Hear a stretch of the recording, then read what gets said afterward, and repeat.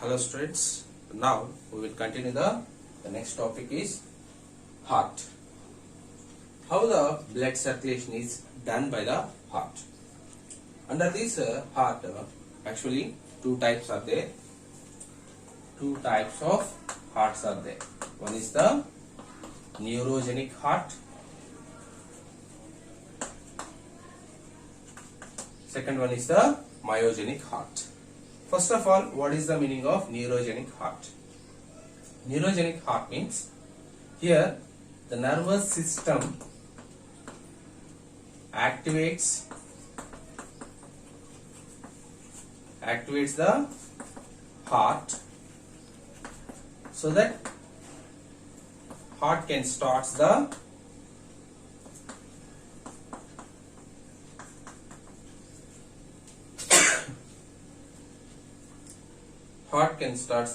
pumping of blood.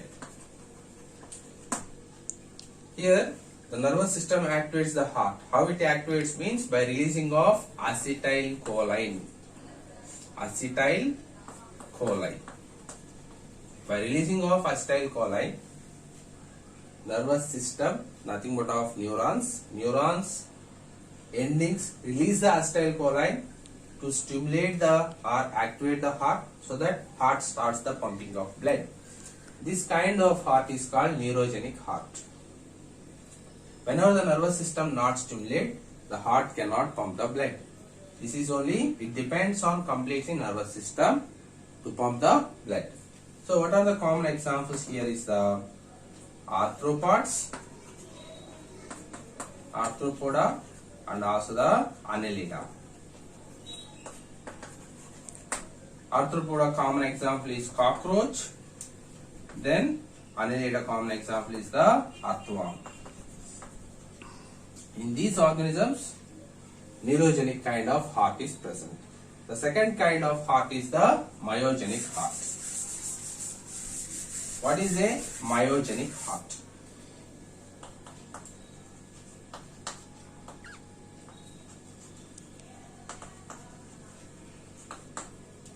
Myogenic heart means here there is no need of activation of nervous system to pumping of the blood by the heart. Here heart can self-regulated. They are going to be starts the beating and pump the blood by its own only. That is called as the myogenic heart. Self-regulated heart. Self-regulated heart and pumps the blood. This is called as a myogenic heart. For example, it is observed in the vertebrates. So under the vertebrates, what are there? Fishes are there. That means the fishes, then amphibians, then mammals, all are coming under the, what is that? Myogenic heart. Self-regulated heart. That means no need depends on the nervous system. Human heart also, that means the mammals are coming under the,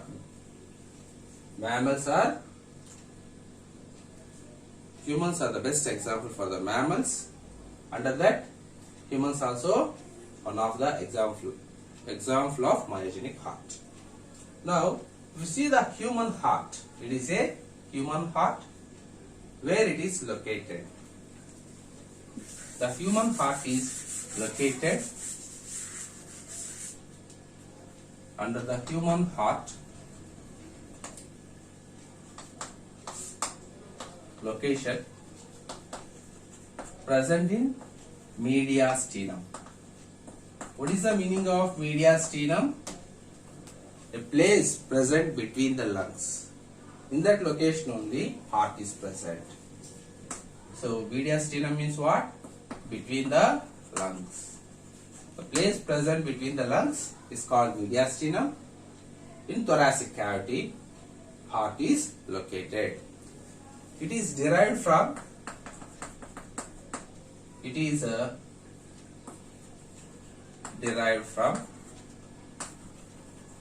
mesodermal organ. mesodermal origin.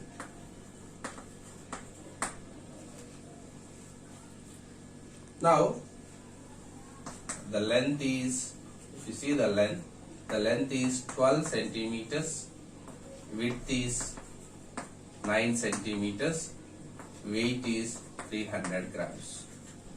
The human heart length is 12, width is 9 and weight is the 300 grams. It is a, what is the size of the human heart is the clenched fist size. Clenched fist size. That means the closed palm. That is only called fist. Clenched fist size is the heart size. The next one, it is slightly tilted towards the left side. So if you see the heart, it is slightly towards, this is the right side of the heart, this is the left side of the heart. It is slightly tilted towards the left side. Slightly tilted towards the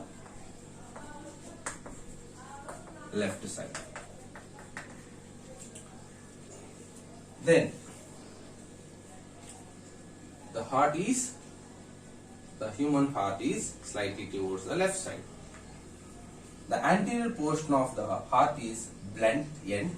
It is called as the base. The posterior portion of the pointed end of heart is called as the apex. Pointed end is apex and blunt end is base. Now, what about the chambers? Chambers of human heart.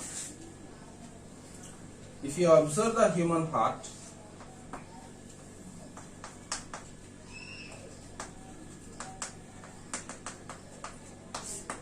four chambers are present. Four chambers are present. What are that four chambers? Right atria, right ventricle, left atria, left ventricle. These are the four chambers. How it is formed? See the diagram.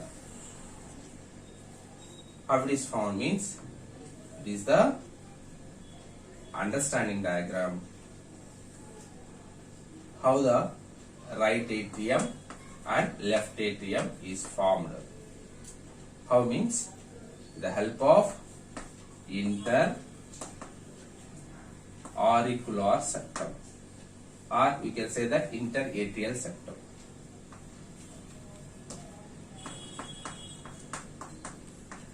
Inter-auricular septum. So up to this area is a thin muscular wall is there, that is the interatrial septum or interauricular septum. That's why the two chambers of atria is formed, right and left atria is formed. Same like that, two ventricles also formed, right ventricle, left ventricle. How means, interventricular septum. It is also a muscular wall. Due to the formation between the, at the middle of the ventricle, a wall is there, muscular wall. It is a thick. When compared to the interauricular septum is a thin muscular wall, interventricular septum is a thick muscular wall. In between in the middle of the ventricle, a thick muscular wall is formed, that is the interventricular septum. That's why two ventricles, right and left ventricles are formed. Then one more septum is formed. It is a thick fibrous tissue. It is called as interauriculoventricular septum. Ventricular septum. Auriculoventricular septum. Because of interauriculoventricular septum, it is formed between the atria and ventricles. It is the thick fibrous muscular wall. It is a thick muscular wall, it is a thin muscular wall, it is a thick fibrous muscular wall. What is this wall is called interauriculoventricular septum, which present in between the two atria and two ventricles. So finally form as a 4 chambers. What are that? Right atria, left atria, right ventricle, left ventricle. These are the 4 chambers formed in the, what is that? Heart, human heart. Now, these 4 chambers are interconnected. Right atria to right ventricle, left atria to the left ventricle are going to be interconnected with the help of a apertures.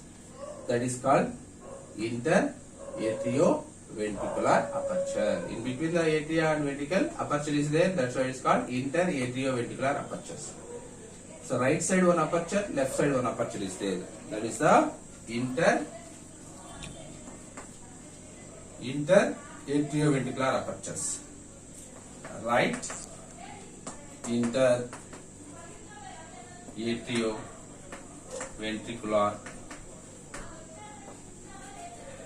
aperture. What is the use of this? Whatever the blood present in the right area, that is entered into, allowing into the right ventricle. So right ventricle, the blood is flows from the right ventricle into the right atria into the right ventricle. That is the use of right interatrioventricular aperture. The same like that, left interatrioventricular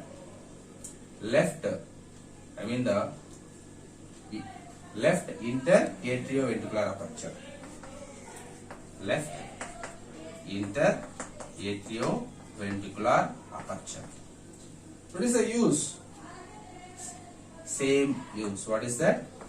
The blood flows from left atria into left ventricle. Blood flows. It allows the blood from left atria to left ventricle. It allows the blood from right atria to right ventricle. That is the use of these 2 apertures. The next one. These 2 apertures are guarded by the. These apertures are guarded by the, what is that? Valves.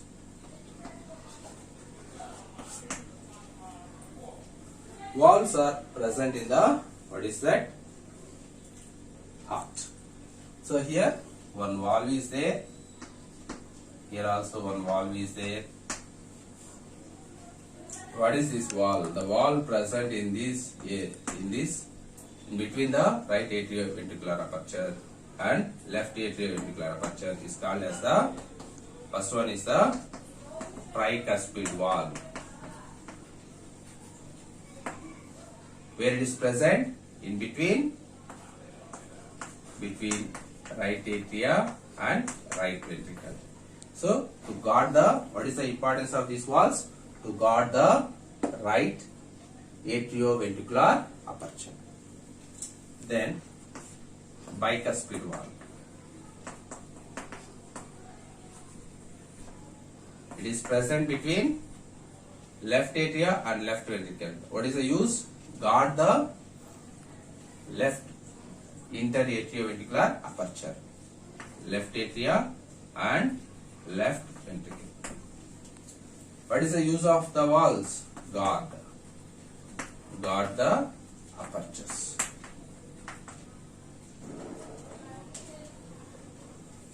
Bicuspid valve is also called as, what is that? Mitral valve. Mitral valve. Now, some other valves also present. What are that?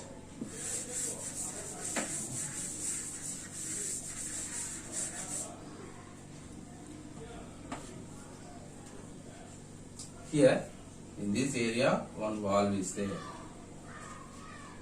In this area, one valve is there. Here also, one valve is there. What is that valves?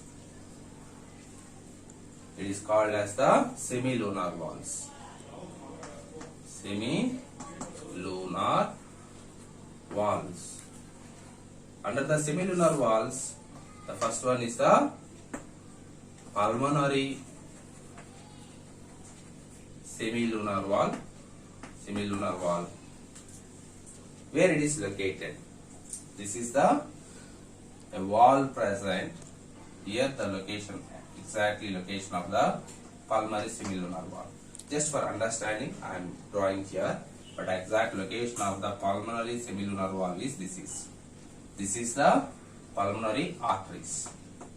Where it is arised? It is arised from the right ventricle into the right ventricle into the right. It is arised from the right ventricle and divided into the two branches: right pulmonary artery, left pulmonary artery,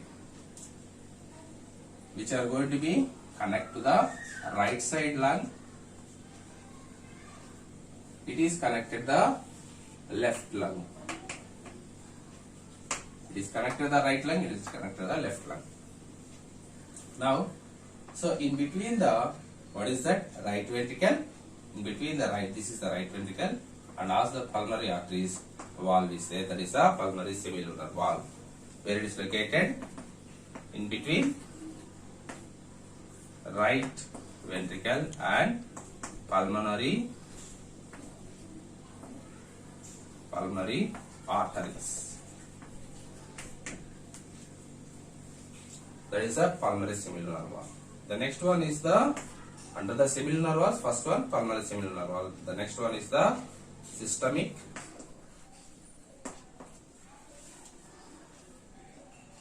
semilunar valve.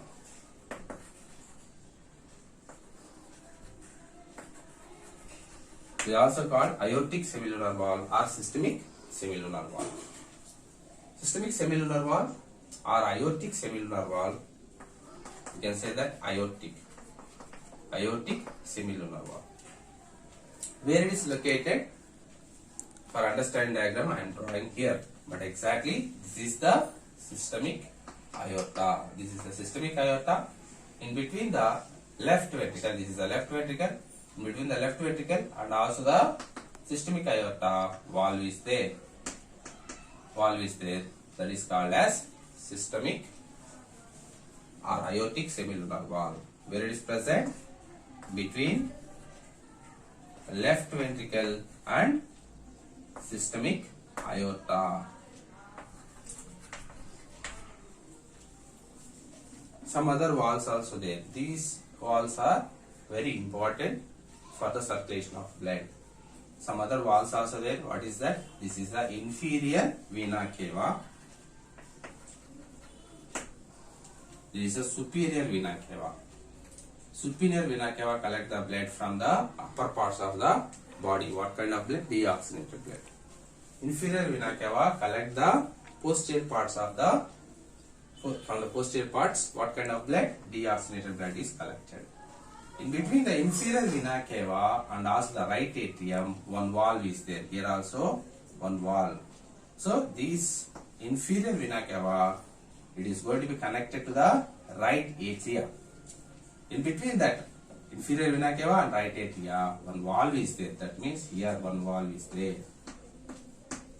What is that valve? Is called as the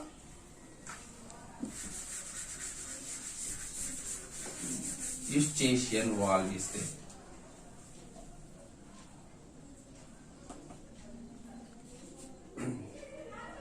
Eustachian valve.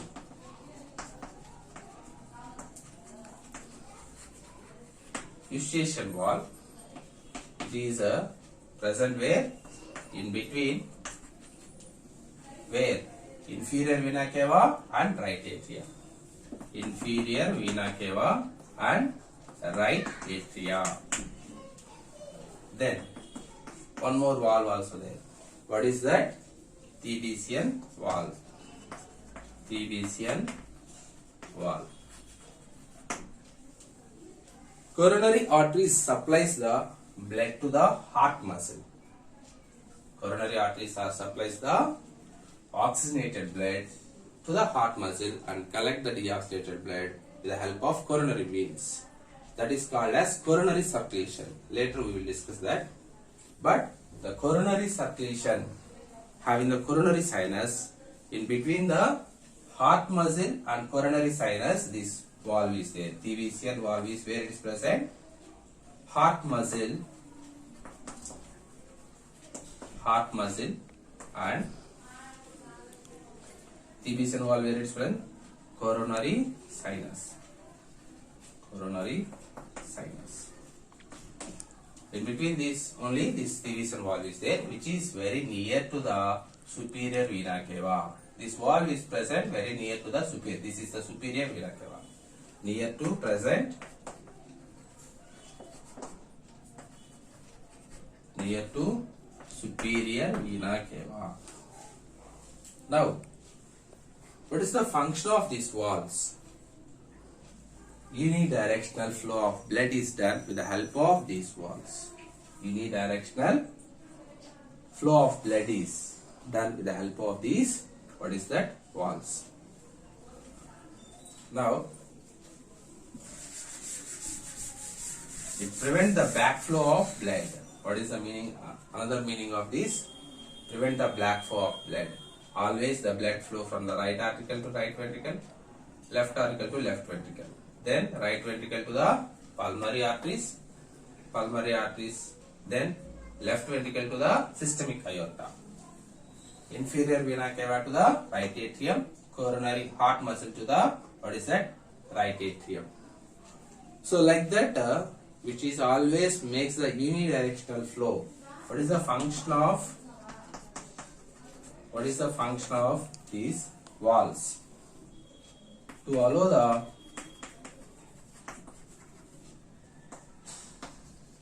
flow of blood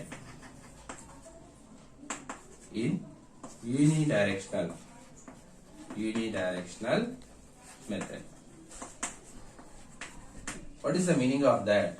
You cannot allow the backflow of the blood. That is the importance of these valves. So, what is the location? Mediastinum. The heart wall is made up of three important heart wall is made up of three important layers, three important muscles. What is that? Epicardium, myocardium, and after that myocardium, endocardium. Heart wall. If you do the transverse section of the heart, if you do the, for example, if you do the transverse section of heart, what happened? If you do the transverse section of the heart muscle, the wall of the heart, you can get it there. Three layers: epicardium, myocardium, and endocardium. This heart is externally protected by the thoracic cavity, but in this rib cage it is highly protected. But however, it is protected by the some other layers also. What is that?